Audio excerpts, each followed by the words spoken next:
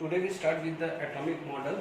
ठीक है, इसको स्टार्ट करने से पहले से थोड़ा सा रिकैप कर लेता हूँ कि हमने अभी तक क्या पढ़ा है। We started with the Dalton atomic theory. ठीक है, we discovered about the cathode ray which is traveling from cathode to the anode in a straight line in absence of electrical and magnetic field. Suppose if we apply the electrical field, the curvature the curve should be parabolic. If it is magnetic field, it can rotate in a circular way. Is it clear? Okay. And what happened, हमारे को anode पे क्या है, पीछे green glow मिला था और just उसी का रिवर्स हमने परफोरेटेड कैथोड करके हमें रेड ग्लो मिला था, तो उसको हमने एनोड रे, कैनाल रे, पॉजिटिव रे बोला था। Because E by m for cathode ray is constant, whereas E by m for anode ray is variable. E by m is highest for H plus ion, इसलिए हमारे को वहां पर discovery of proton मिली थी।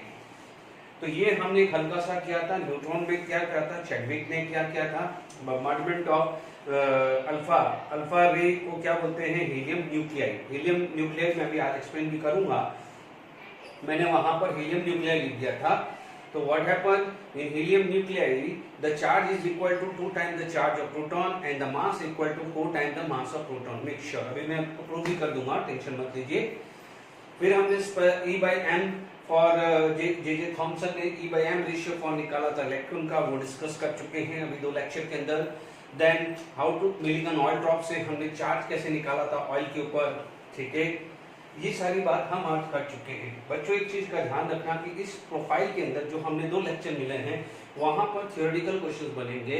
थोड़ा भी प्रॉब्लम आता है, हाँ 2 महीने जरूर न्यूमेरिकल टाइप थे, तो छोटे छोटे न्यूमेरिकल्स बन सकते हैं आपके जनरल मेंस या आपके नीट में बन सकते हैं। तो मेक श्योर आपको अभी जितनी भी हैं एनसीईआरटी बुक्स पहले रखनी है, एंड मेक श्योर कुछ भी आपको कोई गड़बड़ लगता है तो NCERT should be line by line, ये ध्यान रखना। डन। अब आ जाइए थॉमसन मॉडल, यानी अभी तक सारी हुई है एटॉमिक मॉडल, थॉमसन मॉडल, उसको प्लम पुडिंग मॉडल भी या रेजिन पुडिंग या वाटरमेलन मॉडल। ठीक है, अब क्या बोला जाता है, ध्यान दीजिए यहां पर according to the Thomson model. ठीक है, यदि मैं थॉमसन मॉडल की बात करूं तो what happen, the atom have a spherical shape. Atom का क्या है, एक स्फेरिकल शेप है। ठीक है, the atom have a spherical shape. ठीक है, अब आप देखिए जो भी मास है, मास ऑफ एटम है, क्योंकि अभी हमने लास्ट क्लास में डिस्कस किया था, थोड़ा सा रिकॉल कर दूं। हालांकि उस समय तक मेक श्योर इस समय तक न्यूट्रॉन नहीं डिस्कवर हुआ था। ध्यान दीजिएगा, न्यूट्रॉन डिस्कवर नहीं हुआ था जब थॉमसन ने बोला था, ये मैं आपको कर दूं इससे पहले। But we know that mass of a proton is very very high as compare to mass of electron, ये चीज हो चुकी थी। तब आप बोलते हैं कि जो है, मान लीजिए जो भी आपका पूरे के पूरे थ्रू आउट के अंदर क्या है, मास जो है वो फैला हुआ है, पूरा का पूरा क्या हो जाएगा, जो भी एटम का जो मास है वो पूरे के पूरे स्फीयर में यूनिफॉर्मली है। आप एक चीज इमेजिन करके चलिए, it is just like as a watermelon. ठीक है, वाटरमेलन में जब भी हम कट करते हैं तो हमें इस तरह का रेडिश पार्ट दिखता है कि नहीं पड़ता है। ठीक है, आप देख सकते हैं वाटरमेलन के अंदर यदि आपको मास मेजर करना है, आप बोलते हैं कि वाटरमेलन 5 kg का है, तो 5 kg का जो मास होता है वो मोस्टली किसका होता है, रेडिश पार्ट का होता है, जो रेड पार्ट होता है। तो यो बोलता है कि जो भी मास, एटम का जो मास है वो यूनिफॉर्मली डिस्ट्रीब्यूटेड है थ्रू आउट द स्फीयर, यानी एटम को वो स्फेरिकल शेप की तरह बोल रहा है। Is it clear? अब उसके अंदर आप देखेंगे वाटरमेलन के अंदर क्या होता है, ब्लैक ब्लैक सीड होते हैं। अब वो जो ब्लैक जो सीड होते हैं वो कैसे होते हैं, लाइक दिस। ये ब्लैक सीड क्या होता है, कुछ इस टाइप से होते हैं। ब्लैक सीड क्या होते हैं, इस टाइप से होते हैं कि नहीं होते। Is it clear? तो आप जो ये ब्लैक जो सीड टाइप है वो भी क्या हो जाएगा, दीज आर द इलेक्ट्रॉन। इनको क्या बोला है, ये इलेक्ट्रॉन है। ठीक है, और जो रेडिश पार्ट है यानी पॉजिटिवली चार्ज है, इलेक्ट्रॉन क्या है, this is negatively charge, and यहाँ पर क्या है, प्रोटॉन जो है वो पॉजिटिव चार्ज है। मेक श्योर यहाँ तक न्यूट्रॉन नहीं मिला था। तो this is known as Thomson model. उसमें ये बोला है, इसमें जो मॉडल के हिसाब से क्या बोला है कि मास आर यूनिफॉर्मली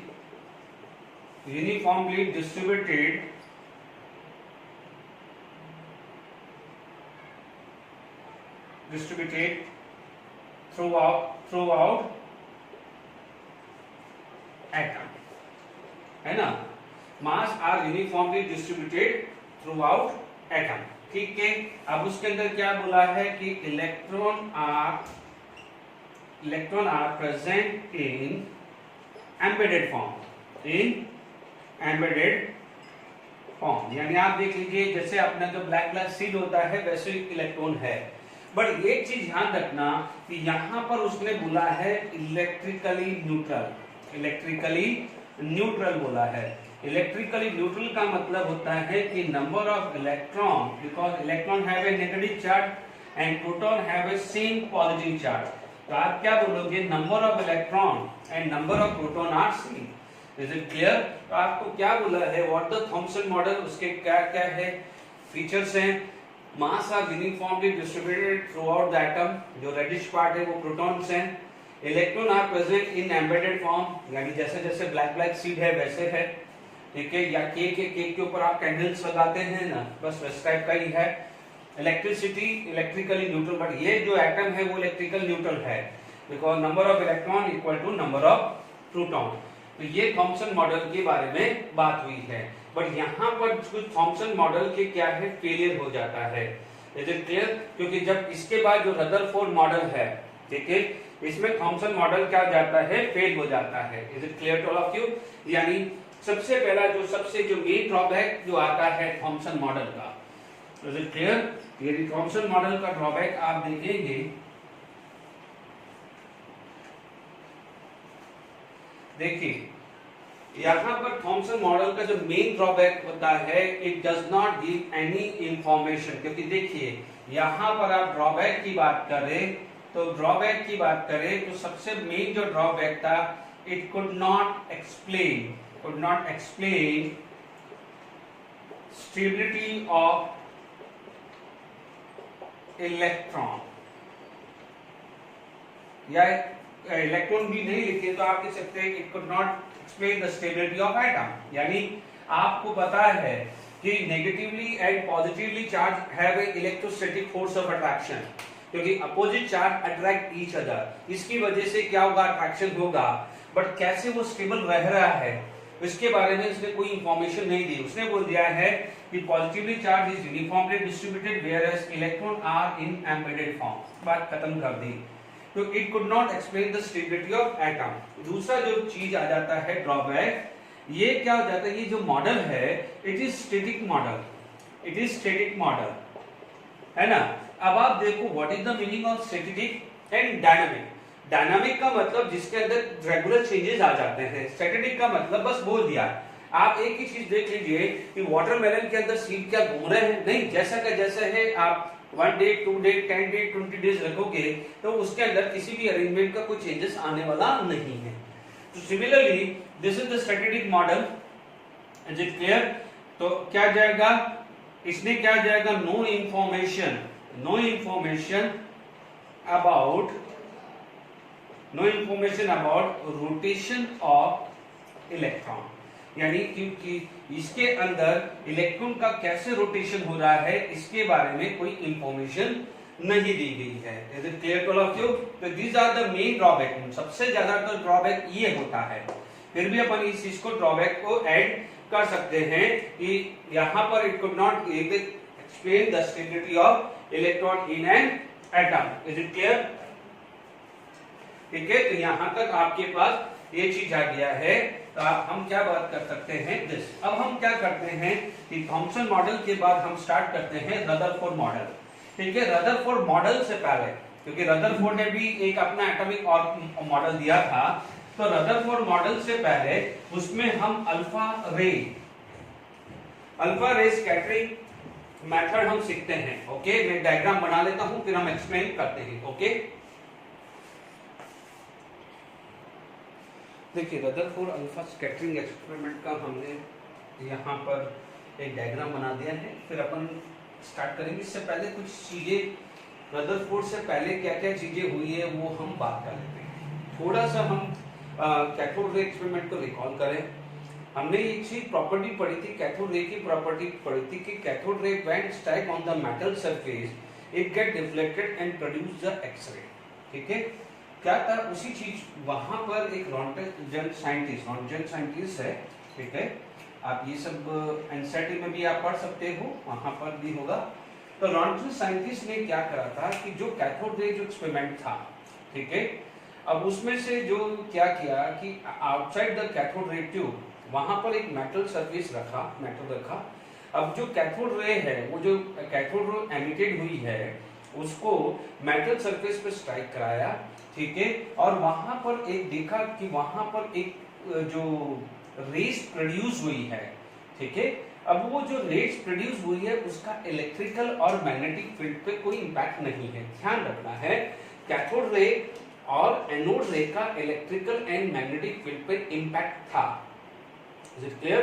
तो वहां पर क्या जाएगा, एक्सरे का क्या जाएगा, no effect of electrical field, EF is electrical field and magnetic field. ध्यान रखना है अभी, है ना। तो रॉन्टजन साइंटिस्ट ने क्या करा, कैथोड रे को मेटल सरफेस पे स्ट्राइक करवाया, ठीक है। अब उसने क्या देखा, जो रे प्रोड्यूस हो रही है उसका पेनिट्रेशन पावर, पेनिट्रेशन पावर क्या है, penetration power is very high, penetration is very power is very high, but there is no effect of electrical and magnetic field.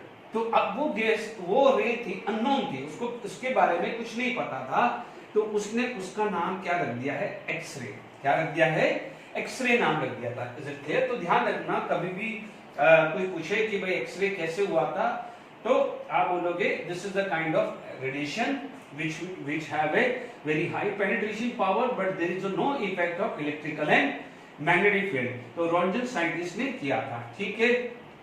उसी को आगे फिर आगे बैक्यूरेल, ठीक है, रदरफोर्ड जो हम बात कर रहे हैं, ठीक है। इन साइंटिस्ट ने क्या करा है, एक रेडियो एक्टिविटी प्रोसेस किया था। क्या प्रोसेस किया था रदरफोर्ड साइंटिस्ट ने क्या किया था, रेडियो एक्टिविटी किया था। रेडियो एक्टिविटी का मतलब होता है disintegration of atom, disintegration of atom का मतलब, मान लीजिए आपने एक सैंपल लिया जिसके अंदर 100 एटम थे, थोड़ी देर बाद, एक दिन बाद, 2 दिन बाद, जब भी आप देखेंगे 98 रह गए। अब 98 रह गए तो 2 एटम कहां चले गए, because matter neither be created not be destroyed. तब वो जो 2 एटम हैं वो किसी अदर फॉर्म में कन्वर्ट हो चुके हैं। ये डिटेल स्टडी आप जब न्यूक्लियर केमिस्ट्री पढ़ोगे वहां पर बात होगी, क्यों हुआ, कैसे हुआ, वो वहां पर आएगी। तो वहां पर क्या हुआ, डिसइंटीग्रेशन ऑफ एटम। अब आप देखो बैक्यूरेल रदरफोर्ड रेडियो एक्टिविटी था, तो वहां पर जो रेडिएशन आया है, वहां पर क्या है, उस रेडियो एक्टिविटी प्रोसेस के थ्रू वहां पर उन्होंने रेडिएशन के बारे में बात करी। इसके बाद हम जब रदरफोर्ड मॉडल के बाद हम रेडिएशन के बारे में बात करेंगे, that is known as electromagnetic radiation. तो वहां पर डिटेल जाएगी। और वहां पर क्या हुआ, 3 रेस उनको मिली, अल्फा, बीटा एंड गामा।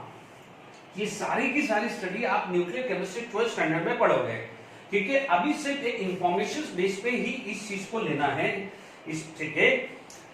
तो वहां पर रेडिएशन 3 टाइप्स क्या है, one is alpha, beta and gamma. Alpha, beta and gamma. Gamma का पेनिट्रेशन पावर सबसे ज्यादा होता है, पेनिट्रेशन पावर सबसे हाईएस्ट होता है और सबसे लीस्ट होता है अल्फा का। बट अल्फा क्या है, इसका चार्ज सबसे ज्यादा होता है, alpha have a more charge, ठीक है। आप अल्फा का क्या है, चार्ज ज्यादा होता है और स्पीड कम होती है। अल्फा का चार्ज ज्यादा होता है और स्पीड क्या होती है, कम। तो आप बोलोगे लीस्ट पेनिट्रेशन पावर, आप बोलोगे चार्ज क्या है, हाईएस्ट है, चार्ज क्या है, हाईएस्ट है, ठीक है। तो अब आप देखिए यहां पर आपने नोट कर लिया है, तो यदि हमने नोट कर लिया है तो आप देखेंगे कि यहां पर, इधर देखिए, ठीक है। आप चाहो तो यहां पर अपने पास क्या है, alpha, beta, gamma, alpha, beta, gamma. क्योंकि मुझे ये बताना है, क्योंकि इस एक्सपेरिमेंट से पहले मुझे बताना पड़ेगा कि हमने रदरफोर्ड ने अल्फा क्यों सिलेक्ट किया है। भाई रदरफोर्ड ने इस पे रेडियो एक्टिविटी पे कर चुका है, क्योंकि कल को क्वेश्चन आ जाए, यार मान लीजिए कहीं क्वेश्चन नहीं आ रहा है, बट एक नॉलेज पॉइंट ऑफ व्यू कि अल्फा है क्या, अल्फा रे है क्या, ये कहां से, ये अपने आप से आ गई है कि अल्फा रे। तो ध्यान दीजिए, अल्फा, बीटा, गामा, अल्फा रे का जो पेनिट्रेशन पावर है वो क्या है, सबसे ज्यादा gamma, then beta, then alpha का होता है। सबसे ज्यादा चार्ज इसका +2 चार्ज होता है, बीटा का -1, और गामा रे का जो चार्ज होता है वो होता है 0। ठीक है, तो बिकॉज चार्ज है, इसका हाईली चार्ज है और क्या हो जाएगा, उसका पेनिट्रेशन पावर कम है, इस वजह से अल्फा को सेलेक्ट किया गया है कि इसमें, और उसको रदरफोर्ड ने खुद ने ही किया हुआ था, तो उसको पता है कि मैं क्या सोर्स सेलेक्ट करूं कि मुझे अल्फा रे मिल जाए, तो उसको सब कुछ पता था, इसलिए उसके लिए यहां पर क्वेश्चन आ जाए कि व्हाई अल्फा रे यूज्ड, आपसे पूछा जाए सिर्फ knowledge point of view, why alpha रे यूज्ड, तो आप बोलोगे बिकॉज ऑफ हाई चार्ज, उसके पास हाई चार्ज है, लेस पेनिट्रेशन पावर, ठीक है, और क्या हो जाएगा, स्पीड भी स्लो है, मान लीजिए आप एक चीज सोच लीजिए, एकदम आपके सामने से कोई चीज कार निकल गई और एक स्लोली गई, तो आप देखोगे यदि वो स्लोली जा रही है तो आप डेफिनेटली किसी तरह का ऑब्जर्वेशन करना आसान हो जाता है। Is it clear to all? क्योंकि यहां पर आपको ऑब्जर्वेशन करना है, एकदम कोई चीज निकली, क्योंकि गामा रे क्या है, यज्युम किया जाता है near to the speed of light, और ये अल्फा होती है 1/10 ऑफ स्पीड ऑफ लाइट, यानी ये 1/10 होती है, तो इसका मतलब सबसे स्लोअर स्पीड है, इसकी वजह से तो दो positive charge, penetration power less है, और क्या देगा, स्पीड भी लेस है, इसकी वजह से अल्फा रे सिलेक्ट हुआ है। यानी ये जो इंट्रोडक्शन इससे पहले मुझे देने का ये इसलिए था कि why we select the alpha ray, ठीक है, और व्हाट इज द रेडिएशन, तो एक्सरे क्या जाएगा, रेडिएशन से, रेडिएशन में हम इसके बाद डिटेल बात करेंगे कि इसकी कैरेक्टरिस्टिक्स क्या होती है। इनिशियल क्लासेस में आपने पढ़ा होगा कि कोई वेव्स है, उसका एम्पलीट्यूड होता है, वेवलेंथ होता है, इट कैन ट्रैवल, फ्रीक्वेंसी आती है, ठीक है, यदि वो कैरेक्टरिस्टिक्स किसी वेव में अवेलेबल है उसे बोलते हैं इलेक्ट्रोमैग्नेटिक रेडिएशन। बट इस मोमेंट पे डिटेल पे नहीं जा रहा हूं, मोस्ट प्रोबब्ली शायद नेक्स्ट लेक्चर में हम उस पर डिस्कस करेंगे। तो अभी फिलहाल रेडिएशन आपके पास किसी सोर्सेस से 3 मिले, अल्फा, बीटा, गामा, अल्फा का चार्ज +2, बीटा का -1, गामा 0, यानी गामा क्या है, इलेक्ट्रिकल फील्ड में कहीं भी डिफ्लेक्ट नहीं होगी, सीधी चली जाएगी, और +2 है, तो यदि चार्ज किसी के पास +2 है तो आप देख लीजिए उसकी आयनाइजेशन करने की कैपेसिटी ज्यादा होती है। Is it clear? ये सब आप डिटेल में न्यूक्लियर केमिस्ट्री में पढ़ेंगे। तो मेरा पर्पस यहां था कि why we select alpha ray for this purpose, highly charge, less speed, less penetration power, ठीक है, इस वजह से हमने सिलेक्ट किया है। आप ये रीडिंग कर सकते हैं, ठीक है। अब आप देखो तो ये चीज क्लियर हो गई कि why we select alpha ray, ठीक है, बहुत ज्यादा नहीं सोचना, बस सिर्फ है क्योंकि रदरफोर्ड को पता था कि मुझे किस सोर्सेस से अल्फा रे मिल सकती है, ठीक है। अब मेरे पास नेक्स्ट चीज आ जाती है कि what is the alpha ray, question आ जाता है कि व्हाट इज अल्फा रे, ठीक है, ये अल्फा रे है क्या। तो अल्फा रे को क्या बोला जाता है, मान लीजिए helium, it is going to be convert into helium plus charge, यानी जिसको अपन ऐसा भी लिख सकते हैं हीलियम +2 चार्ज। अब आप देखो आपके पास जो है इलेक्ट्रॉन निकल गया, ठीक है, इलेक्ट्रॉन निकल जाता है तो बच क्या जाता है, दिस, तो ये क्या बोलते हैं, it is known as helium nuclei, because proton and neutron are present in the nucleus, तो इसे क्या बोलते हैं, हीलियम न्यूक्लियाई। ये question one of the IIT advance का क्वेश्चन है, ये वाला जो क्वेश्चन है आईआईटी एडवांस में आया हुआ है क्वेश्चन, कि पूछा गया है कि व्हाट इज अल्फा रे, तो उसमें एक ऑप्शन में था, अल्फा रे के ऑप्शन में था हीलियम एटम, ठीक है, और एक हीलियम न्यूक्लियाइड था। आप प्रीवियस ईयर का क्वेश्चन बैंक में दूंगा, उसमें आप देख लीजिएगा ये क्वेश्चन है, ठीक है, हीलियम न्यूक्लियाइड या हीलियम एटम, तो आपका राइट आंसर क्या होना चाहिए, हीलियम न्यूक्लियाइड, क्योंकि atom consist of electron, proton and neutron, whereas alpha रे में से 2 इलेक्ट्रॉन निकल गया है तो बचा क्या है, सिर्फ ये, and neutron and proton are present in the nucleus, that's why यहां पर हम क्या बोलते हैं, हीलियम न्यूक्लियाइड बोलते हैं। बात समझ में आ गई कि नहीं आ गई? तो व्हाट इज अल्फा रे, तो it is known as helium nuclide आ गया है। Is it clear to all of you?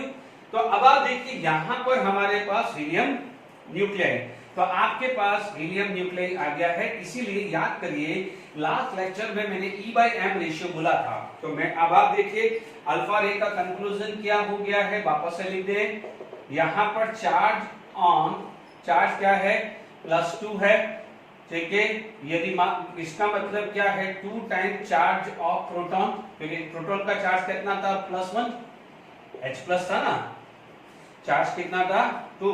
तो आप देखिए H प्लस और Ec2 प्लस, ठीक है, मैंने लास्ट क्लास था, यदि वो न्यूमेरिकल नहीं समझ में आया तो बस एक बार रिवाइज कर सकते हो। इसे क्या बोलते हैं, प्रोटॉन बोलते हैं, इसे क्या बोलते हैं, अल्फा रे बोलते हैं, ठीक है। अब आप देखो इसमें प्रोटॉन में यदि आपसे पूछा जाए एटॉमिक मास, तो आप एटॉमिक मास कितना बोलोगे 1, इसको क्या बोलोगे atomic mass 1।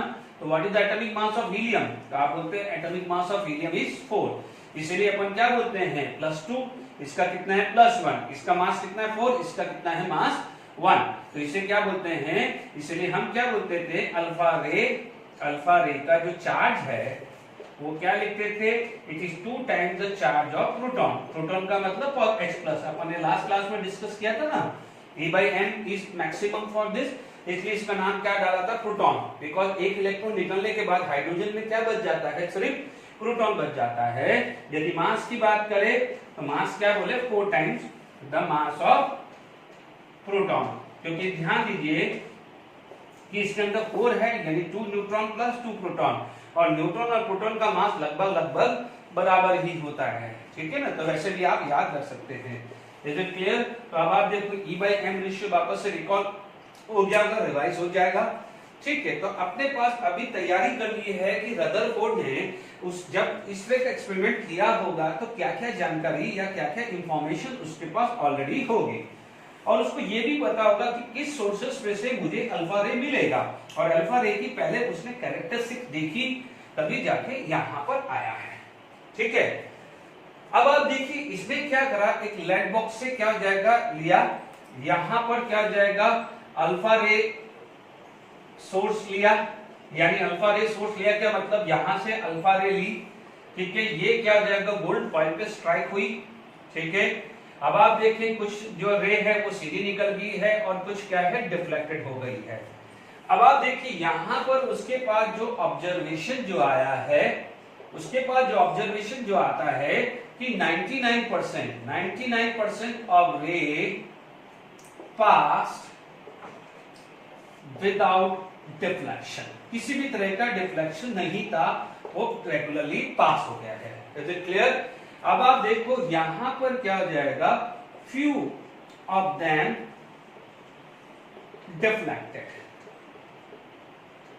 Deflected by small angle, ठीक है। Very few of them turn back, ठीक है, very few of them turn back. Is it clear to all of you?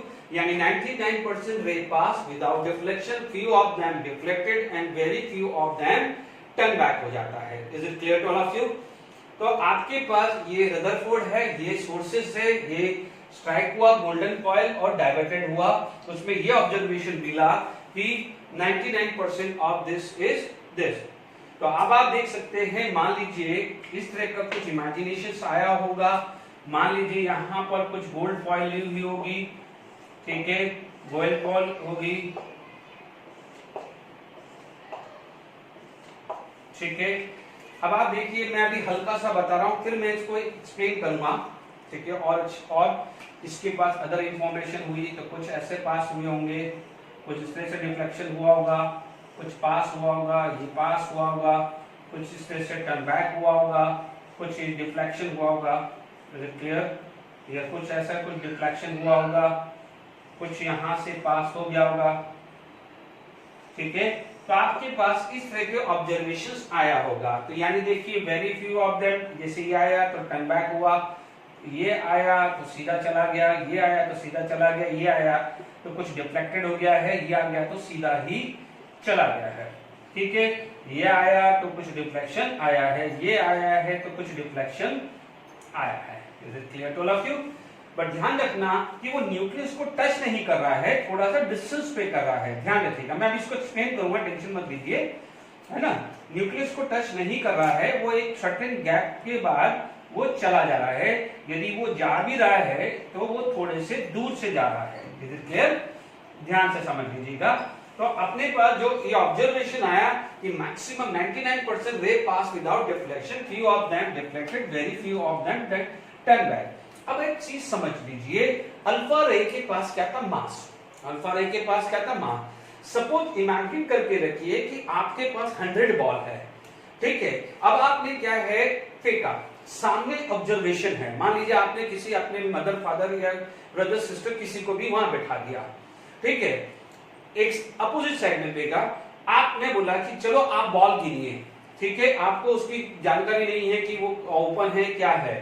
अब उसने क्या करा, काउंट करके देखा, तो बोलता है कि भाई आप उसके पास है 90 बॉल आई। तो अब आप बोलोगे 90 बॉल यदि आपके जो भी फैमिली मेंबर ने थी, तो आप बोलोगे मैक्सिमम जो एरिया है सामने वो एम्प्टी है। मान लीजिए कुछ फ्रेंड लेफ्ट या राइट में आपके होंगे, तो किसी फ्रेंड ने बोला कि भाई मेरे पास 5 आई है, कोई फ्रेंड आपके पीछे था तो बोला कि भाई मेरे, जैसे आपके पैरेलल में खड़ा था कि भाई मेरे पास 2 या 3 बॉल आई, किसी के पास 7 बॉल आई, किसी के पास 90 आ गई, ठीक है। तो आप बोलोगे यहाँ पर आपके कोई पेरेंट बैठे हैं, फादर मदर बैठे हैं, तो उसने क्या करा कि भाई बॉल मेरे पास तो कितनी आ गई है, 90 बॉल आ गई। कोई फ्रेंड यहाँ पर लेफ्ट और राइट में बैठा है, तो उन्होंने बोला कि भाई मेरे पास 7 बॉल आई। कोई फ्रेंड यहाँ पर आपके पीछे से करा है, तो बोलता है कि मेरे पास 3 बॉल आई है। तो आप क्या बोलोगे कि कंक्लूजन क्या निकालेगा कि जो सामने जो बॉल है, क्योंकि आप खुद सोचिए कि यदि आप बॉल फेंकते हैं, सामने किसी तरह का कोई हिंड्रेंस नहीं है, किसी तरह का वॉल या पिलर नहीं है, तो वो बॉल क्या हो जाएगी, पास हो जाएगी विदाउट डिफ्लेक्शन, ठीक है। मान लीजिए पाइप हल्का सा है, एक छोटा सा पाइप है, आप क्रिकेट मैच भी खेलते होंगे, स्टंप पे बॉल लगती है तो वो स्ट्राइक होके चली जाती है, तो क्या कई बार स्टंप निकल जाता है या स्ट्राइक होके डिफ्लेक्टेड हो जाती है, तो वो एक सर्टेन एंगल में डिफ्लेक्टेड होती है, या कई बार लग के और स्टंप निकलता भी नहीं है तो वापस से भी बैक हो जाती है, कई बार चांसेस ऐसा भी होता है। या मान लीजिए वाइड या कुछ है तो वो पास भी हो जाती है, वाइड बॉल डाल दी या मान लीजिए नो बॉल डाल दी तो वो क्या हो जाएगा, पास हो जाएगी। तो वैसे ही कुछ इमेजिनेशन करके चलिए, तो इसी तरह का उसको कंक्लूजन मिला कि 99% pass without deflection, few of them deflected, very few of them turn back। Is it clear? अब आप देखिए कि अल्फा रे के बॉल है, समझिए बॉल क्या है, मास। यदि पिलर होता या पाइप होता है उसका भी मास होता है। जब मास और मास के बीच में यदि कोलिजन होता है तभी डिफ्लेक्शन चांसेस होता है।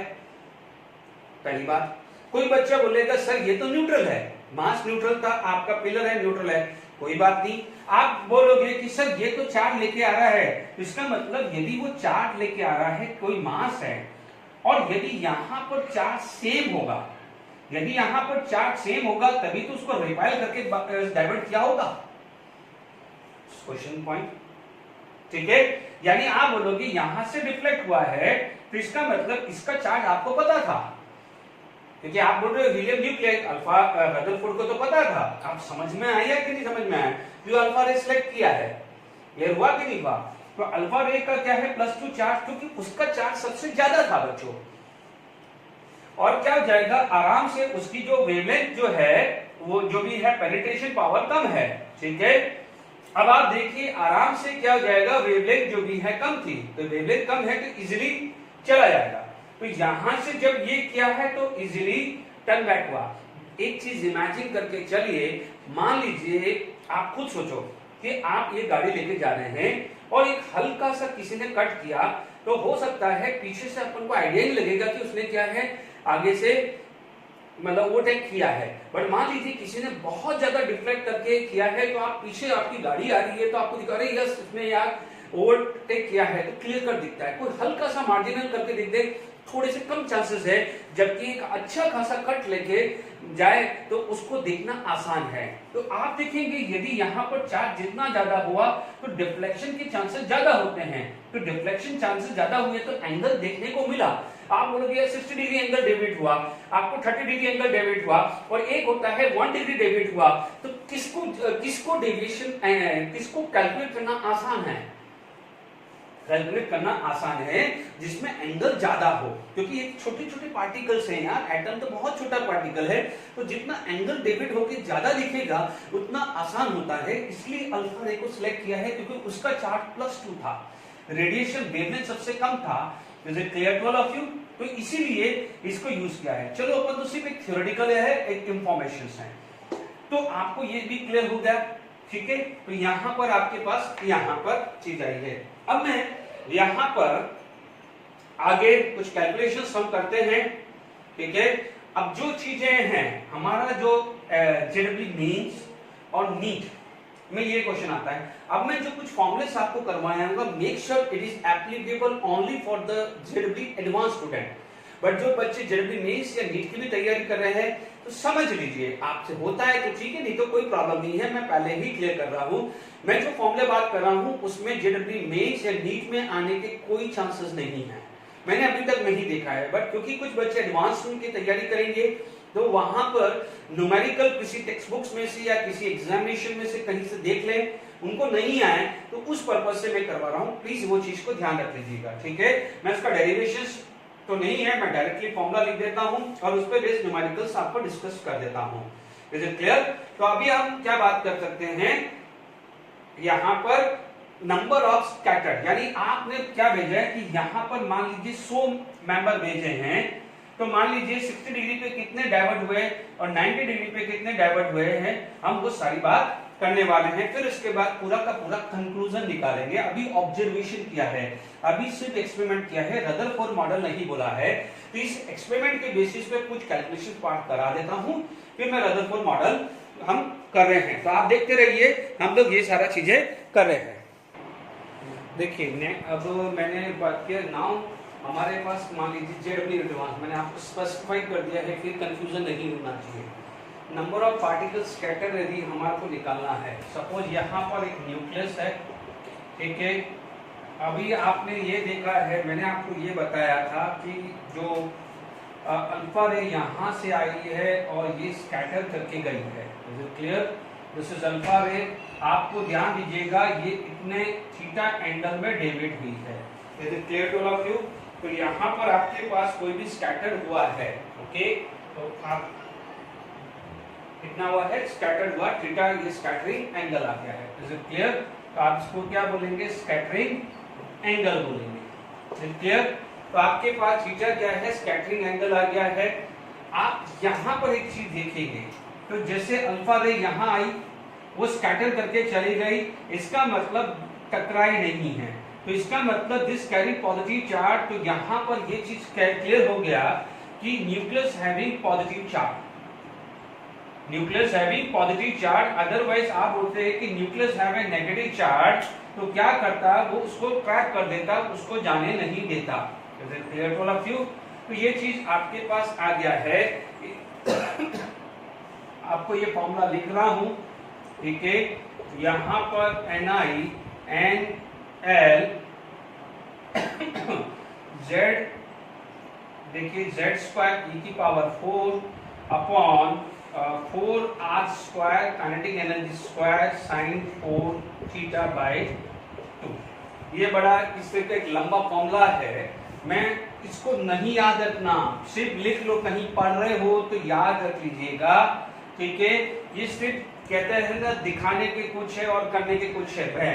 इसके लिए जो मेन चीज है, जो जरूरत है, मैं आपको स्पेसिफाई कर रहा हूं, यानी एन थीटा, ध्यान से सुनना, एन थीटा जो यानी वो स्कैटर्ड हुए हैं, नंबर ऑफ, यानी एन थीटा क्या हो जाएगा, it is the number of particle या नंबर ऑफ रेज स्कैटर्ड, ठीक है, वो स्कैटर्ड हो गई।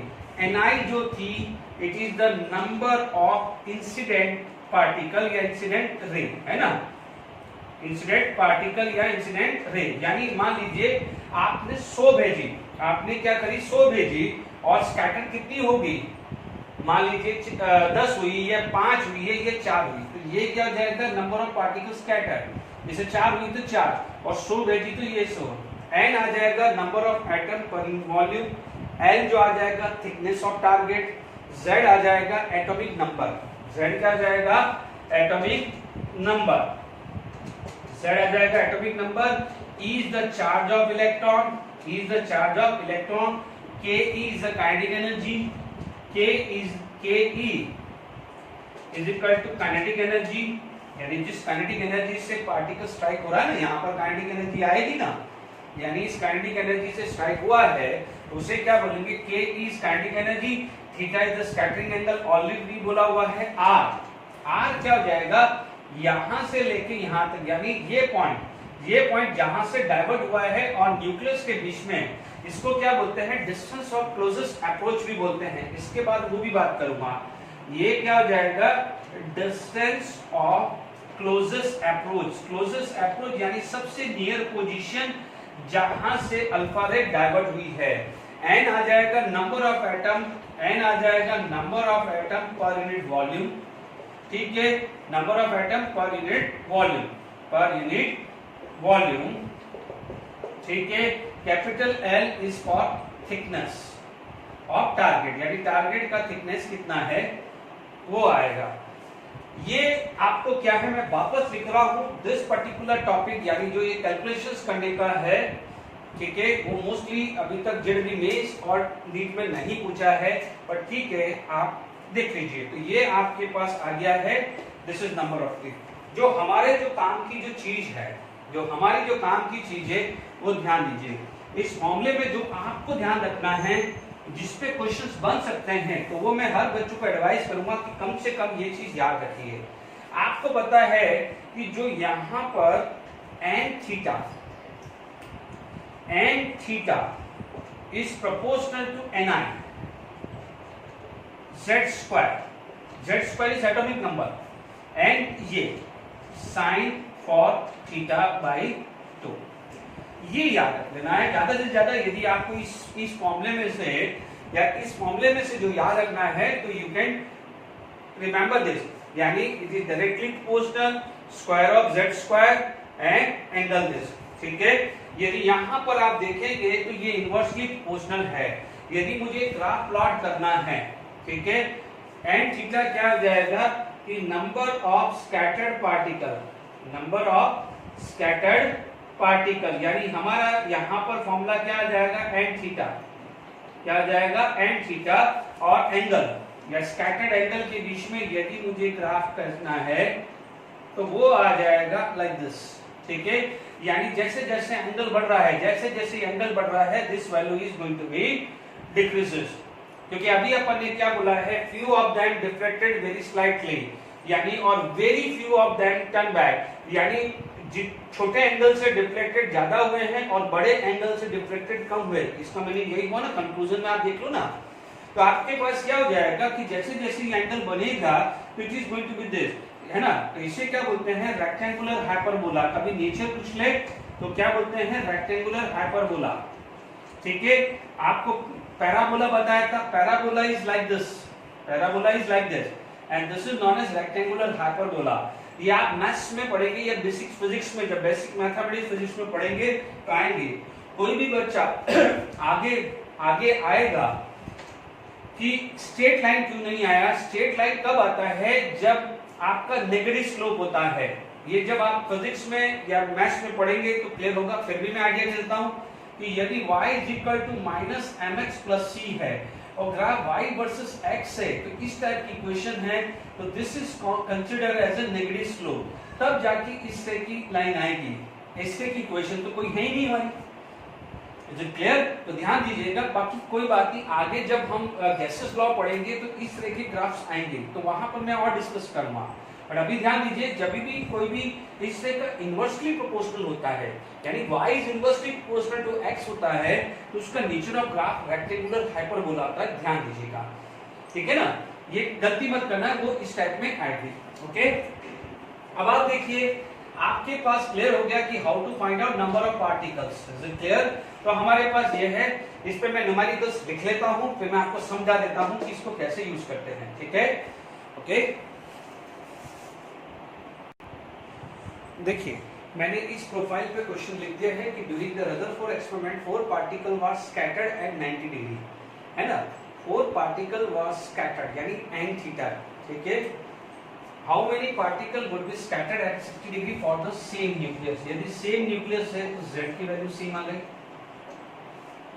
सेम न्यूक्लियस है तो क्या हुआ, z की वैल्यू सेम आ गई। अब आप देखो, यहाँ पर नंबर ऑफ इंसिडेंट जो है वो नहीं लिखा है, इसका मतलब इस केस में जो ni है वो भी सेम आ रहा है। तो ध्यान दीजिए, कभी अपन ने क्या पढ़ा था, ध्यान से समझ लीजिए कि n theta is inversely proportional to sin की power 4 theta by 2। Is it clear, क्योंकि ni सेम हो गया, z सेम हो गया, तो किस पर डिपेंड करेगा, सिर्फ इस पे डिपेंड करेगा। तो अब आप देख लीजिए, मान लीजिए इसको मैंने n1 ले लिया, इसको ले लिया n2, ठीक है, इज इक्वल टू, ध्यान दीजिए यहाँ पर आ जाएगा साइन थीटा बाय 2 या थीटा 1 आ जाएगा, क्योंकि थीटा 1 यानी आप ऐसा समझ लीजिए कि ये न्यूक्लियस है, यहां से वो एंगल आया और मान लीजिए ये आया, ठीक है, ये एंगल आया, ये इस तरह से आ गया, ये थीटा गया है, ये थीटा 1 एंगल है, तो ये क्या हो जाएगा थीटा 2 एंगल आ गया है। Is it clear? तो यहाँ पर आपके पास क्या है थीटा 1/2, यहाँ जाएगा साइन थीटा 2/2 और इसकी पूरे की पावर 4 चली जाएगी, ठीक है। अब आप देखो n1 की वैल्यू आपको कितनी दी है, 4 पार्टिकल दिया है, तो n1 की वैल्यू 4। अब आप देखो साइन थीटा 1, आपके पास एंगल कितना है 90/2 कितना हो जाएगा साइन 45 और ये कितना है 60 डिग्री, तो 60/2 कितना हो जाएगा साइन 30, कितना हो जाएगा साइन 30। अब n2 की वैल्यू निकालनी है और ये पावर कितना चला गया है 4 चला गया है। Is it clear to all of you? Okay, अब आप देखो साइन थीटा आपने मैथमेटिकली पढ़ा है, ट्रिगो पढ़ा है, तो साइन थीटा की वैल्यू होती है 1/2 और साइन की 45 की वैल्यू आती है 1/√2। कितनी आती है 1/√2। तो आप देख लीजिए यहाँ पर 4/n2, चलिए तो यहाँ पर कितना हो जाएगा, what is the meaning of square root, तो आप देख सकते हैं 1/8, क्योंकि सॉरी 1/2 2 की 4 यानी 2 × 2 4 और 16, सॉरी यहाँ पर 1/16 आ जाएगा, हियर द वैल्यू इज 1/16 आ जाएगा, तो ये 1/16 आ जाएगा और √2 ऊपर जाएगा 2, तो 2 × 2 4 आ जाएगा। इसको कैंसिल करेंगे तो आपके पास n2 की वैल्यू कितनी आ रही है 4 × 4 that is equal to 16। Check कर लीजिए कि n2 की वैल्यू 16 आ रही है, बिकॉज ये क्या है 2 की पावर 1/2, यानी इसका स्क्वायर रूट का स्क्वायर करोगे तो 2 आएगा और 4 टाइम है तो 2 × 2 4 हो जाएगा। तो आप मैथमेटिकली प्लीज लगा दीजिए, आपको आता है बेसिक मैथमेटिक्स, देख लीजिए। ओके, तो ये क्या हुआ 1/2 की पावर 4 × √2 की पावर 4। Is it clear? अब √2 की पावर 4 को आप कैसे लिख सकते हो, 2 × 1/2 × 4, तो ये कितना आ जाएगा 2 की पावर 2 यानी 4, 2 की पावर 4 16।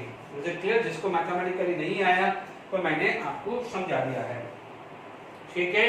तो आप देख लीजिए यदि जेडब्ल्यू मेंस और नीट में यदि 1% भी चांसेस है ना, तो इस टाइप से क्वेश्चन पूछेगा, तो इसलिए घबराने की जरूरत नहीं है कि पूरा फॉर्मूला मत याद करिए, जब एग्जाम से एक दिन पहले वो रिवाइज कर देना कि n theta is equal to ni × z²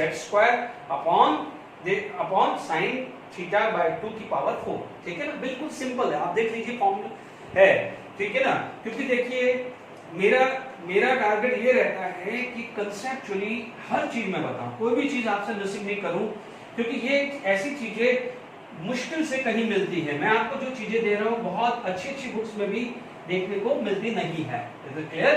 तो आप नोट करके रख लीजिए, रिवाइज कर लीजिए, कोई डाउट एंड डिफिकल्टीज है तो पूछ लीजिए, ठीक है। अब देखिए यहाँ पर आपके पास सेकंड चीज आ जाएगी, ठीक, मान लीजिए सेकंड चीज आ जाएगा, दूसरी आएगी डिस्टेंस ऑफ क्लोजेस्ट अप्रोच, ठीक है। इसको क्या हुआ DOCA, distance of closest approach आया। अब आप देख लीजिए यहाँ पर वापस से हमने न्यूक्लियस बना दिया, ठीक है। मान लीजिए यहाँ पर एक न्यूक्लियस है, चीजों को समझिए, जो चीज मैं समझाने चाह रहा हूं आपने इनिशियल्स में पढ़ा होगा बेसिक्स फिजिक्स में, ठीक है। आपने यहां से कोई भी आई, ठीक है, वो यहां से डिफ्लेक्टेड होगी, मान लीजिए ये थीटा एंगल है, ठीक है, ये पार्टिकल यहां तक पहुंचा है, ओके। अब देखिए यहां पर क्या हुआ है कि काइनेटिक एनर्जी से पार्टिकल आया, ठीक है, काइनेटिक एनर्जी से पार्टिकल आया। अब आप देखो, आप समझिए जैसे आप मूव कर रहे हैं और आपको मान लीजिए डाइवर्ट होना है, तो for a minute second rest में तो आओगे, फॉर ए माइन्यूट सेकेंड हल्का सा रेस्ट में तो आओगे कि नहीं आएगी, यानी पार्टिकल जो उसकी जो ट्रेवलिंग था या वो जा रहा था, वो स्ट्रेट लाइन जा रहा था, बट उसको यहां से रिपल्शन मिला या किसी ने बोला जाओ, तो क्या वो फॉर ए इंस्टेंट वो रेस्ट में तो आएगा? यदि फॉर ए इंस्टेंट रेस्ट में आता है तो this kinetic energy is suppose to convert into the potential energy, ठीक है, यानी energy corresponding to the mass, energy corresponding to the mass is known as kinetic energy and energy corresponding to the position is known as potential energy। यानी ये position से वो divert हुआ है तो फॉर ए मोमेंट वो rest में आएगा और वो समझ लीजिए वो डिस्टेंस क्या है r, यानी न्यूक्लियस से उसकी डिस्टेंस क्या है r है, वहां से वो डाइवर्ट हो गया है। तो आप क्या बोलोगे? काइनेटिक एनर्जी इंसिडेंट, यानी क्योंकि यहां पर तो काइनेटिक एनर्जी आ रही ना, is kinetic energy is equal to the potential energy final, ठीक है ना? ऐसा समझ लीजिए तो आपका आसान हो जाएगा। यानी यहां से काइनेटिक एनर्जी स्टार्ट हुई, जब वो डाइवर्ट हो रहा है, यानी ये पोजीशन सबसे क्लोजेस्ट होगी ना, आप क्लोजेस्ट से अप्रोचिंग, यानी ये डिस्टेंस सबसे क्लोजेस्ट है और यहां से वो डाइवर्ट हो गया, तो आप बोलोगे यहाँ कहीं भी मेजर करोगे तो वो तो उससे दूरी है। हम बात कर रहे हैं क्लोजेस्ट, तो सबसे क्लोजेस्ट पोजीशन यही है। अब आप देखिए, आप लोगों ने इलेक्ट्रोस्टैटिक फोर्स ऑफ अट्रैक्शन पढ़ा है, नहीं पढ़ा है तो देख लीजिए। इलेक्ट्रोस्टैटिक फोर्स ऑफ अट्रैक्शन या रिपल्शन एक ही बात है ना बच्चों, क्योंकि सेम चार्ज होगा तो रिपल्शन, और क्या हो जाएगा, सेम चार्ज होगा तो रिपल्शन एंड डिफरेंट चार्ज होगा तो अट्रैक्शन होगा, ठीक है। But this is directly proportional to, this force is directly proportional to multiplication of charge and inversely proportional to distance between this two, ठीक है। तो अब आप देखें यहां पर न्यूक्लियस है, ठीक है, न्यूक्लियस है। अब न्यूक्लियस के अंदर तो आप जानते हैं दुनिया भर के प्रोटॉन हो सकते हैं, किसी में 1 प्रोटॉन, 2 प्रोटॉन, 3 प्रोटॉन, 4 प्रोटॉन। तो आप ध्यान दीजिए वहां पर Z नंबर हुआ, क्योंकि देखिए number of proton and atomic number are same, number of proton and atomic number are same. मान लीजिए हाइड्रोजन है तो आप बोलोगे 1 प्रोटॉन, यानी एटॉमिक नंबर इज 1। हीलियम बोलोगे तो 2 प्रोटॉन, यानी एटॉमिक नंबर इज 2। तो अब आप देखिए न्यूक्लियस के अंदर Ze आ जाएगा charge of proton, charge of proton. Is it clear? यानी प्रॉपर्ली लिख दीजिए Q1 को लिख दिया Ze, it is the charge of proton, ठीक है। ये बात समझ में आ गई कि नहीं आ गई? तो आप क्या बोलोगे? It is equal to Ze charge of proton. समझ में आ गया कि नहीं आ गया? Ze चार्ज ऑफ प्रोटॉन, ठीक है, मैंने यहां लिख दिया है, ओके।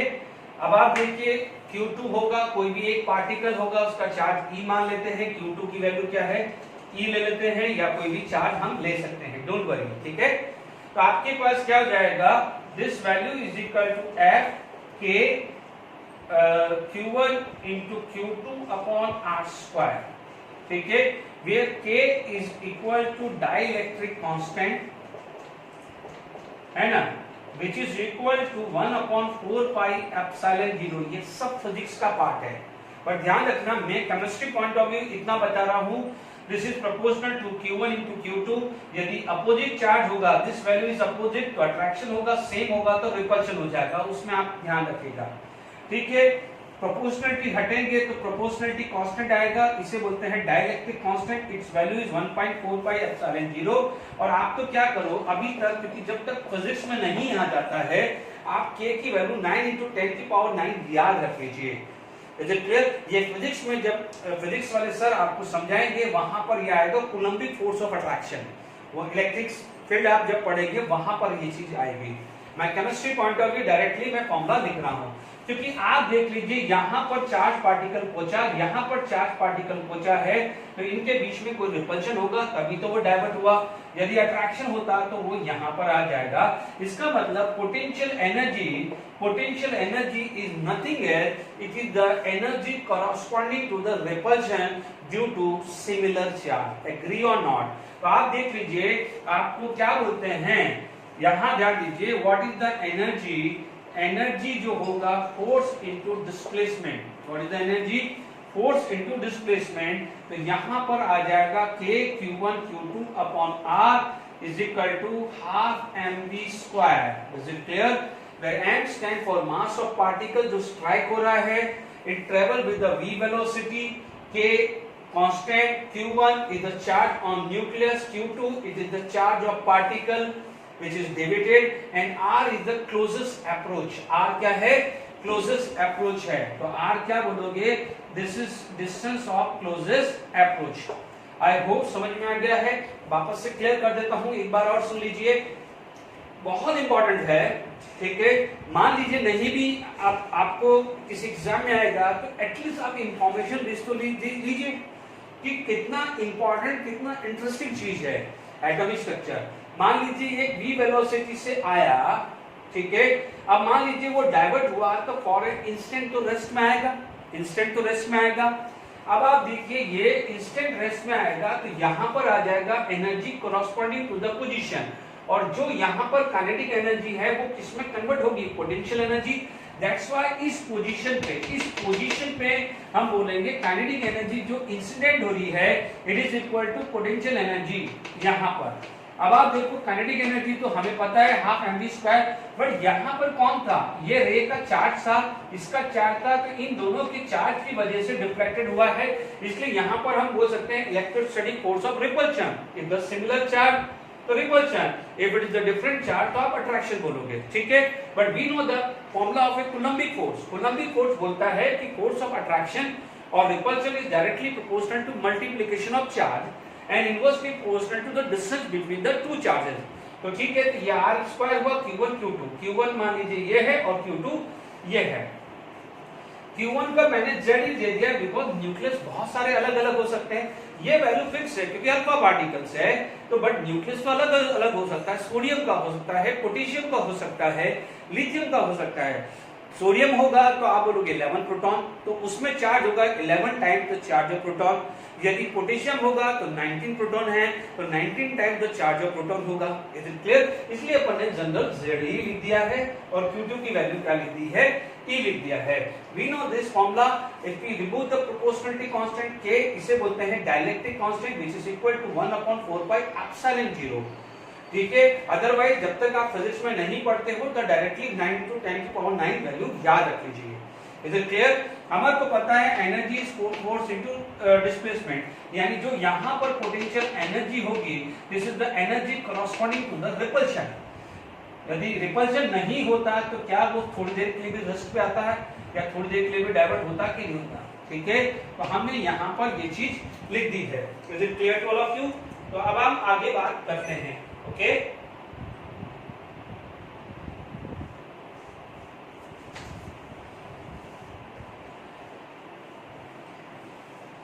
ठीक है.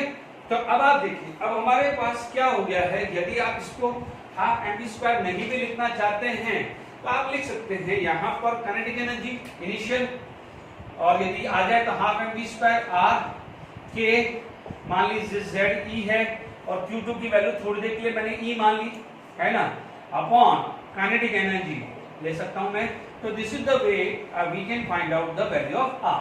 ठीक है, यानी आप यहाँ पर ले सकते हैं, मैंने Q2 की वैल्यू E मान ली है. देखो ये 2E भी हो सकती है, 3E भी हो सकती है, 4E भी हो सकती है, डोंट वरी, है ना. तो ये ध्यान रखिएगा. ओके, यदि अल्फा है तो 2E आ जाएगा, अदरवाइज आप ये फॉर्मूला यहाँ तक भी रख सकते हैं. Is it clear? Ka Q1 Q2 upon kinetic energy 1. ठीक है, तो ये आपके पास हुआ. मैं आपको न्यूमेरिकल करा रहा हूं तो आपको एक आइडिया लग जाएगा कि इस फॉर्मूले को कैसे यूज करते हैं. मैं लिख देता हूं न्यूमेरिकल. देखिए, हमने क्वेश्चंस यहाँ पर बात किया है big word electrostatic force of attraction. हमने ये फॉर्मूला पढ़ा था Q1 Q2 ZE. आप यहाँ पर यदि अल्फा पार्टिकल है तो what you can do, you can take 2E. तो यहाँ पर Q2 की वैल्यू क्या आ जाएगी? 2E आ जाएगा, क्योंकि ये अल्फा पार्टिकल है. तो अल्फा पार्टिकल का जो चार्ज होता है 2 times the charge of proton. It is 2 times the charge of proton, और प्रोटॉन और इलेक्ट्रॉन का चार्ज सेम होता है, only difference in the sign. तो इज इट क्लियर? यदि E वर्ड आता है तो ये सेल्फ अंडरस्टूड है, दिस इज द वैल्यू. ये ध्यान रखिएगा. It is equal to 1.6 into 10⁻⁻19 coulomb. This is the short form to represent the charge of electron. देखिए, चार्ज ऑफ प्रोटॉन पॉजिटिव है इसलिए यहाँ पर साइन नहीं होता. यदि यही इलेक्ट्रॉन होता तो आपको -E लिखना पड़ता. ये भी से ध्यान दीजिए. तो आपके पास क्या है कि हमने पढ़ा था kinetic energy equal to potential energy. तो K Q1 Q2 upon R, Q1 की वैल्यू ZE है तो Q2 की वैल्यू 2E है। अब यहाँ पर भी ध्यान रखना है, मैंने एक जनरल लिखा था, ठीक है, क्योंकि हम यहाँ पर अल्फा पार्टिकल यूज कर रहे हैं तो अल्फा पार्टिकल का charge 2 time the charge of proton होगा। Is it clear? अब आप देखिए यहाँ पर मैंने क्वेश्चन लिखा है, at what velocity of a alpha particle travel toward the nucleus of copper atom so as to arrive at distance 10 to the power -13। मान लीजिए यहाँ पर ये सेंटीमीटर लेता है, ठीक है, तो यदि ये सेंटीमीटर लेता है तो हम आगे बात कर सकते हैं, ठीक है, सेंटीमीटर या मीटर जो भी है हम ले। यहाँ पर यदि हम सॉल्यूशन की बात करें तो R की वैल्यू आ गई है 10 की पावर -13, आप सेंटीमीटर ले लें, ठीक है बच्चों, ये सेंटीमीटर होगा तो वेलोसिटी सेंटीमीटर पर सेकंड में आएगी, यदि ये मीटर होगा तो वेलोसिटी क्या आ जाएगी, मीटर पर सेकंड, ठीक है। अब आप देखो K की वैल्यू आ गई है 9 × 10 की पावर 9। अब आप देखो what is the Z is atomic number, copper का एटॉमिक नंबर होता है 29। मैं ट्रिक बता के आपको याद दिला दूंगा कि 29 होता है, मैं 1 to 20 तो बता चुका हूँ, नहीं भी होगा तो मैं ट्रिक बता के आपको 29, but for a while copper का 29 होता है, ठीक है, इंटू 2। देखो यहाँ पर E² है, 2 किसके लिए आ गया है, अल्फा पार्टिकल के लिए, तो मैंने K डाल दिया, Z डाल दिया, 2 डाल दिया, तो ये क्या हो जाएगा E²। तो Z की वैल्यू कितनी आ गई, कॉपर के लिए Z की वैल्यू 29, तो 1.6 × 10 की पावर -19 का स्क्वायर। Is it clear? अब आप देखो यहाँ पर क्या हो जाएगा, हाफ, ठीक है। अब आप देखिए यहाँ पर mass of alpha particle, and mass of alpha particle is equal to 4 times the mass of proton. हमने पढ़ा हुआ है मास ऑफ प्रोटॉन, तो यहाँ पर आ जाएगा 4 टाइम मास ऑफ प्रोटॉन कितना होता है, इट इज राउंड ऑफ 1.672 × 10 की पावर माइनस कितना आ जाता था, 27 kg आ जाता था। Is it clear? 1.672 × 10 की पावर -27 kg आ जाएगा, and into V²। Is it clear to all of you? तो आप ध्यान से समझिएगा, तो ये वैल्यू आपके पास आ गई है। Is it clear? यदि यहाँ पर सेंटीमीटर रखते हैं तो इसको ग्राम में कन्वर्ट कर देना, और यदि ये मीटर रखते हैं तो यहाँ पर केजी में रखना। तो यदि ये सेंटीमीटर है, सपोज मैं सेंटीमीटर मान लेता हूँ तो मैं इसको ग्राम में कन्वर्ट कर देता हूँ, मेक श्योर, क्योंकि सीजीएस यूनिट आएगी या एमकेएस यूनिट आएगी। Is it clear? Metre kilogram per second या CGS centimetre gram per second, तो गड़बड़ी मत करना। यदि ये सेंटीमीटर रखते हो तो यहाँ ग्राम में रखते हो, या मीटर होता है तो यहाँ पर क्या रखना है, केजी, ध्यान रखिएगा। Is it clear? I hope अब तक क्या आ जाएगा, वेलोसिटी। देखिए यहाँ पर आपके पास रख दिया है वेलोसिटी, तो वेलोसिटी को आप कैलकुलेट करके रख देना। Is it clear? तो आप देख लीजिए मैंने आपको क्या लगाया है, ½ mv² is equal to K Q1 × Q2 upon R। Q1 ZE, Q1 क्या था, ZE, Q2 कितना था, 2E, क्योंकि अल्फा पार्टिकल ले रहे हो, अल्फा पार्टिकल का charge 2 time the charge of proton है। E की वैल्यू क्या होती है, 1.6 × 10 की पावर -19, क्योंकि ये भी पॉजिटिव चार्ज है, ये भी पॉजिटिव चार्ज है, इसलिए साइन आपका पॉजिटिव ही रखा है। आप इस V को आप कैलकुलेट कर दीजिएगा। Is it clear to all of you? अब आप देखिए यहाँ पर मान लीजिए अब आपके पास कई तरह की चीजें आ जाती हैं, वी कैलकुलेट प्लीज करके रख लीजिएगा, ठीक है। हमारे पास कई बार क्वेश्चन आ जाता है कि why golden foil is used for this. Question मान लीजिए आपके पास आ गया कि why golden foil is use, क्यों एल्यूमिनियम नहीं यूज करी, क्यों और कुछ नहीं हुई।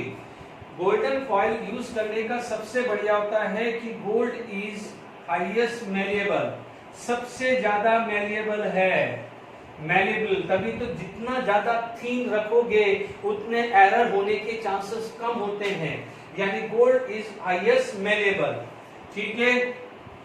दूसरी चीज क्या हो जाती है कि gold is inert in nature, inert in nature, यानी आप देखेंगे घरों में या हम कोई भी गोल्ड रिंग या गोल्ड ऑर्नामेंट पहनते हैं, वाटर के कांटेक्ट में भी आता है, पिकल्स एसिड है या बेस के कांटेक्ट में भी आता है, किसी केमिकल के यूज भी होता है, क्या रिंग या उसमें जो गोल्ड है वो खराब होता है? नहीं।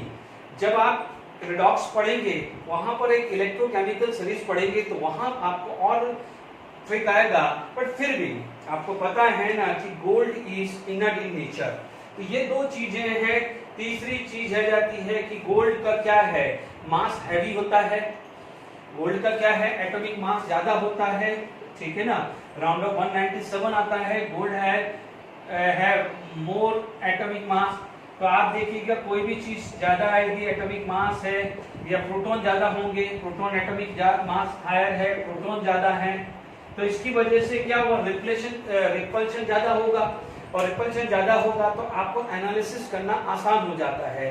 तो दीज आर द रीजन कि हमने गोल्ड फॉइल क्यों यूज करी, क्यों हमने एल्यूमिनियम फॉइल क्यों नहीं यूज करी। तो एल्यूमिनियम फॉइल का मास 27 होता है, जहां यहाँ पर मास 197 होता है। तो मान लीजिए आप खुद सोचिए कि मान लीजिए कोई पतला आदमी किसी पतला आदमी से टकराएगा तो कितना डेविएट होगा, वही पतला आदमी मोटा आदमी से टकराएगा तो कितना डेविएशन ज्यादा होगा। तो अज्यूम करके चलिए, इज इट क्लियर। तो ये एक इंफॉर्मेशन पॉइंट ऑफ व्यू है। कभी दिमाग में आपके क्वेश्चन आ जाए कि सर गोल्डन फॉइल ही क्यों यूज किया है, तो दीज आर द थिंग। सबसे इंपॉर्टेंट थिंग ये है कि ये हाईएस्ट मैलेबल है, यानी जितना थिंक कर सकते हैं तो उतना एरर के चांसेस कम आते हैं। Is it clear. तो मैंने आपको बारीक बारीक सी चीजें समझाई है, कोई भी ऐसा नहीं है, क्योंकि आप कोई भी बुक्स पढ़ोगे तो देखेंगे रदरफोर्ड में ये क्या, तो वो तो आपने इनिशियल क्लासेस में भी पढ़ा हुआ है।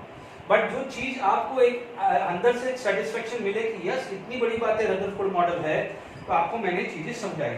अब आप बात करते हैं कि रदरफोर्ड मॉडल, यानी अभी जितने भी था वो एक्सपेरिमेंट था। रदरफोर्ड मॉडल ने क्या क्या कंक्लूड किया है, रदरफोर्ड मॉडल ने जो कंक्लूजन किया है वो सबसे पहला कंक्लूजन क्या है कि atom is consist of a two part, one is nucleus and another is extra nuclear part. One is nucleus and another is extra nuclear part. ठीक है, एक्स्ट्रा न्यूक्लियर पार्ट में क्या होता है, न्यूक्लियस में क्या होता है, proton and nucleus it carry positive charge, but इसके अंदर प्रोटॉन एंड न्यूट्रॉन दोनों रहते हैं।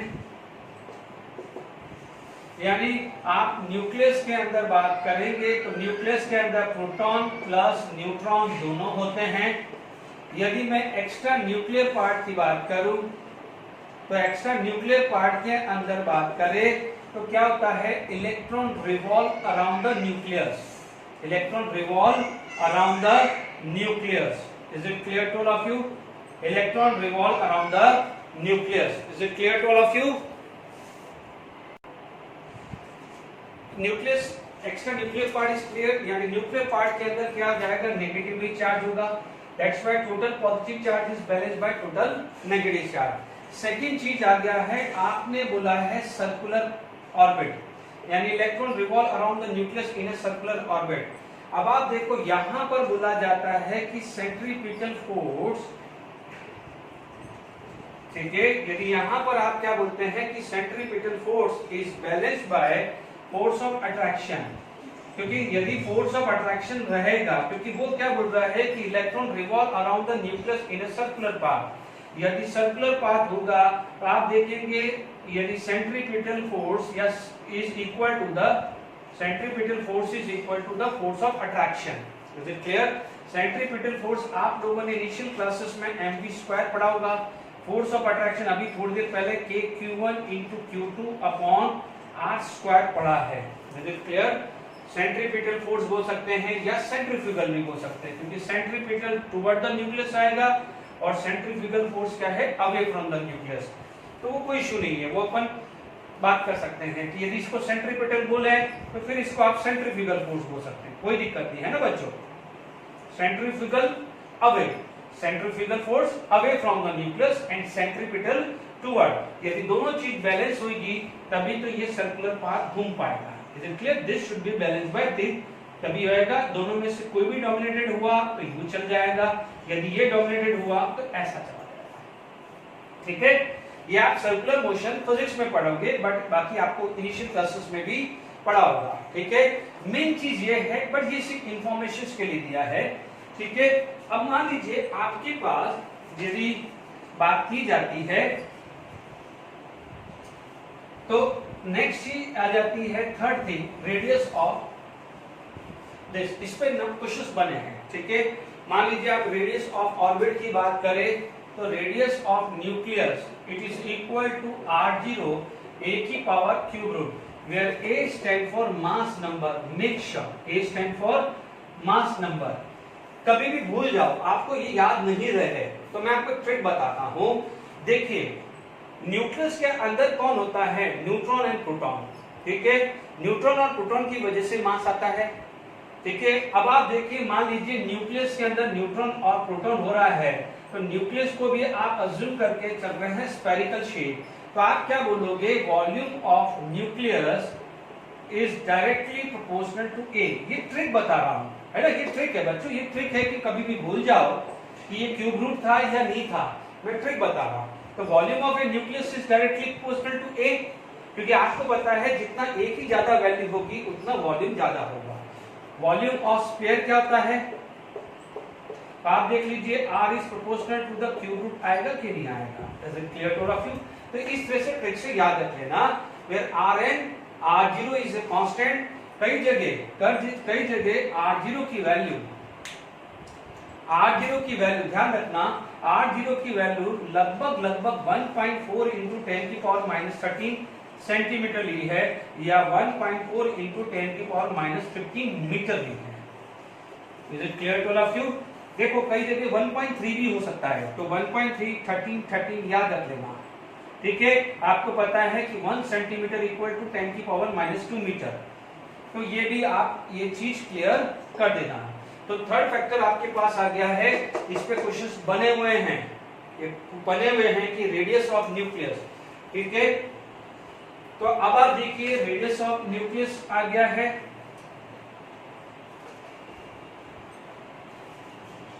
ठीक है। मैं आपको इसमें क्वेश्चन डिस्कस भी कर लूंगा।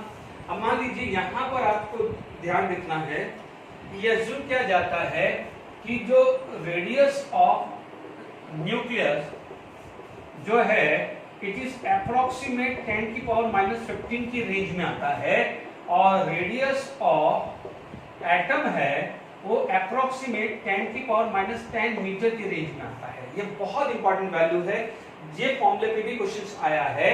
मान लीजिए volume of nucleus upon volume of atom का रेशियो है, तो क्या हो जाएगा 4/3 pi r nucleus cube upon 4/3 pi r atom cube. Is it clear. तो आप देखो ये कैंसिल हो जाएगा, रेडियस ऑफ न्यूक्लियस 10 की पावर माइनस 15, दिस इज 10 की पावर माइनस 10, इसका क्यूब हो जाएगा ना बच्चों, दिस अपॉन दिस क्यूब, ऊपर गया तो 10 की power minus 5 in 3 equal to 10 की पावर माइनस 15। तो radius of nucleus upon radius of atom, या आप बोलोगे रेडियस ऑफ एटम, सॉरी मैंने रेडियस लिख दिया, गलत है, this is volume, this is not radius. देखिए 10 की पावर माइनस 10, 10 की पावर माइनस 3, दोनों का क्यूब था इसलिए मैंने पूरा क्यूब ले लिया।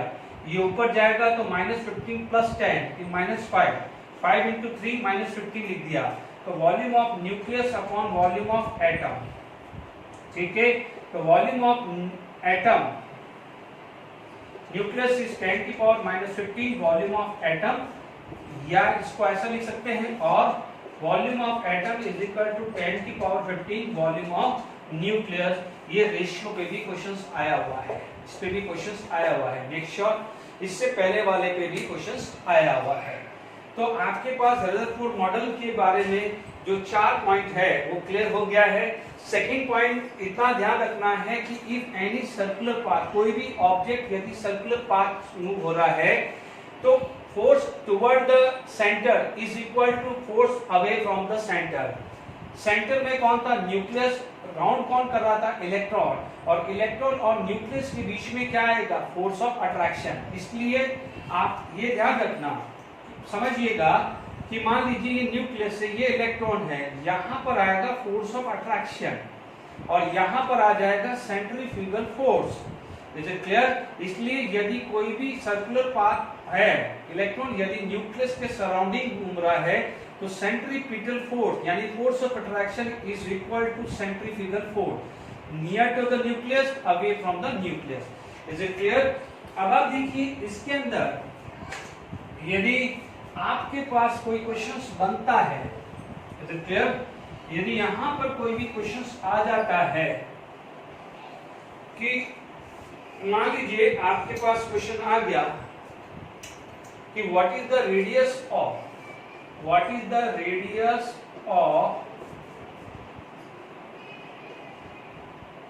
Nucleus of an atom having mass number 64। ठीक है, तो आप क्या लिखोगे? सॉल्यूशन आप बोलोगे R is equal to R0 cube root of A। अब देखो R न्यूक्लियस है ना, न्यूक्लियस, रेडियस ऑफ न्यूक्लियस, इसकी वैल्यू अप्रोक्सीमेट ये ले ली बच्चों, 1.4 की जगह 1.3 भी आ सकता है, ठीक है ना, तो अप्रोक्सीमेट लेना है। इंटू 64 का क्यूब रूट यानी 4 इंटू 4 16 इंटू 4 64, तो 1.4 इंटू 10 की पावर माइनस 13 इंटू 4, तो ये कितना आ जाएगा? 4 16 एंड 5.6 इंटू 10 की पावर माइनस 13 सेंटीमीटर और 5.6 इंटू 10 की पावर माइनस 15 मीटर आएगा। यानी ये आप पे रेडियस ऑफ न्यूक्लियस पे यदि कोई क्वेश्चंस बनता है तो कैसे बनता है वो भी आप लोगों को क्लियर हो गया होगा। Is it clear? तो आप लोगों ने यहाँ पर रेडियस ऑफ न्यूक्लियस समझ लिया होगा। Is it clear? अब आप देखिए, तो रदरफोर्ड मॉडल के बारे में क्लियर हो गया है, आई होप। ठीक है, अब मैं नेक्स्ट क्लास में डीमेरिट्स पढ़ाऊंगा। ठीक है, इसके बाद नेक्स्ट क्लास में डीमेरिट्स पढ़ाऊंगा और इलेक्ट्रोमैग्नेटिक रेडिएशन के बारे में हम बात करेंगे। तो आप शांति से ये समझ लीजिए और नेक्स्ट क्लास में जब आएंगे तो मैं डीमेरिट जानकर किस समय नहीं ले रहा हूं, क्योंकि रदरफोर्ड आप समझ लीजिए, स्पेशली जो सेकंड पॉइंट है सेंट्रीपिटल एंड सेंट्रीफ्यूगल फोर्स, उस पे ही डीमेरिट है। यदि पहले आप इसको आज ये समझ लीजिए, नेक्स्ट क्लास में जो मैं समझाऊंगा तो वो चीज पे ही फोकस करूंगा। तो जाने से पहले फर्स्ट और सेकंड पॉइंट यानी electron revolve around the nucleus in a circular path, वो ढंग से समझ लेना, उसी पे डीमेरिट है, इसलिए जान करके मैं नेक्स्ट लेक्चर में वो डीमेरिट ले रहा हूँ। Is it clear? Okay, thank you very much.